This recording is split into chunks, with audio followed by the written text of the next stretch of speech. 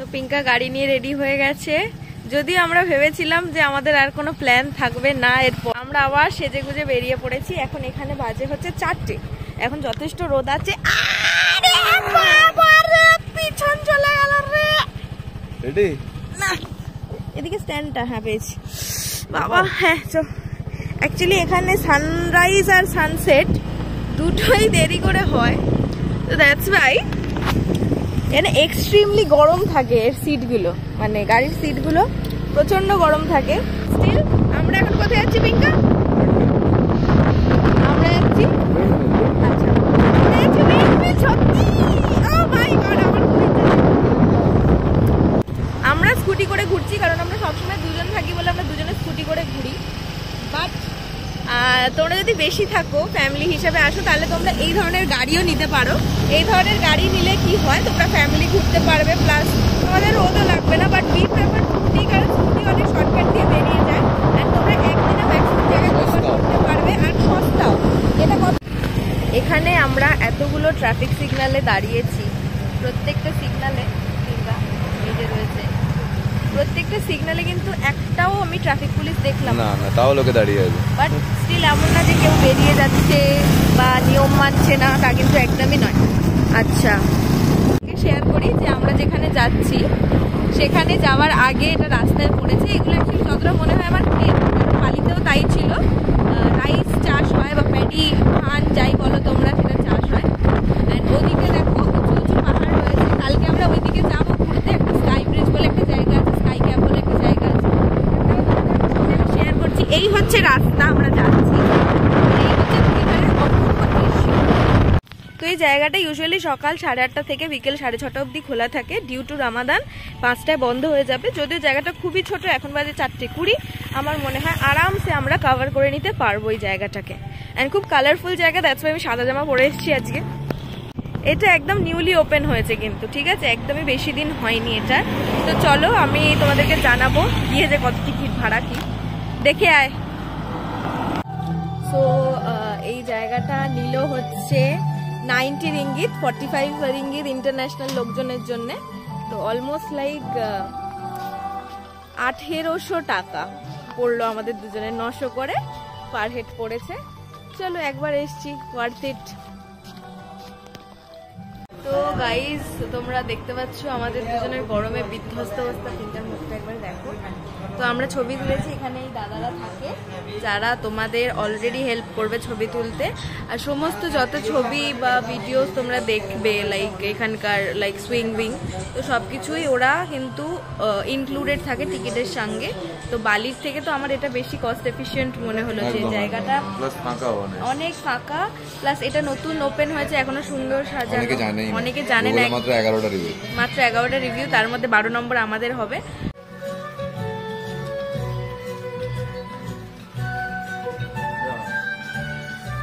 তো গাইস আমাদের লঙ্কাবি বিলবিল ঘোরা হয়ে গেছে, আমরা এবার বেরিয়ে পড়েছি আজকে নেক্সট স্টপের জন্য। নেক্সট স্টপ ইজ আমাদের একটা বিচে যাচ্ছি, সেটা পিঙ্কা বের করেছে খুঁজে।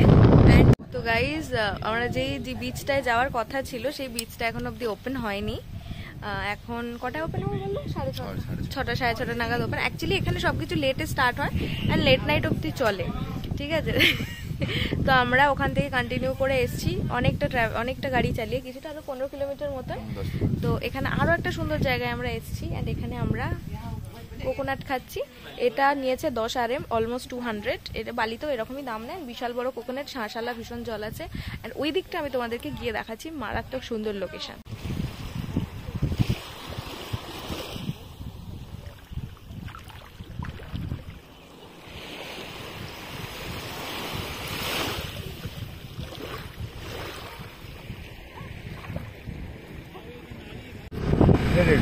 তো আমরা সেরাই থেকে বেরিয়ে গেছি, বিচটায় আমরা গেছিলাম, আমরা না জেনেই গেছিলাম, আর যতটা মনে হয় ওটার নাম সেরাই, কারণ ওখানে আমরা যে কোকোনাটটা খেয়েছি সেই ক্যাফেটার নাম সেরাই ক্যাফে।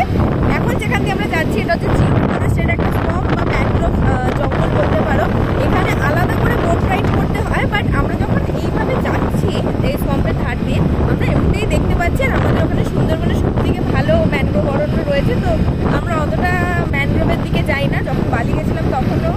আর এই যে এখন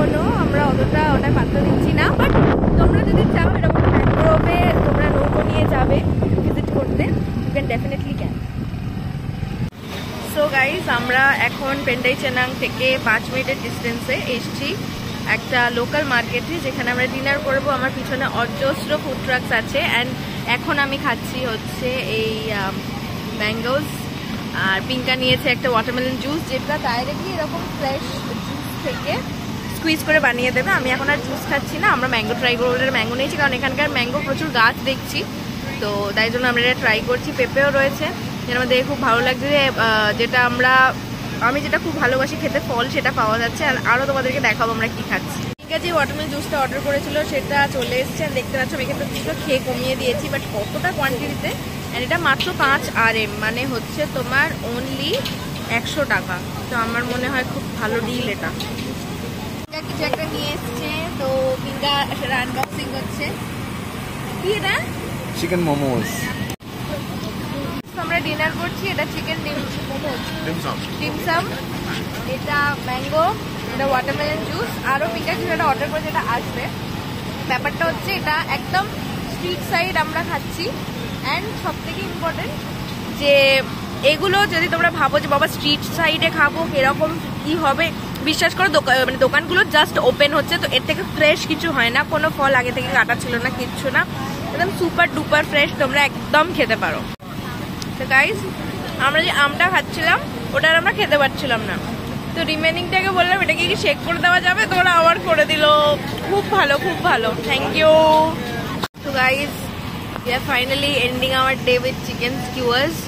আমরা এখানে জুস খেলাম, watermelon juice, mango juice, mango dumplings, একটা খুব সুন্দর চিকেন র্যাপ, লাস্ট হচ্ছে chicken skewers, and will call it a day.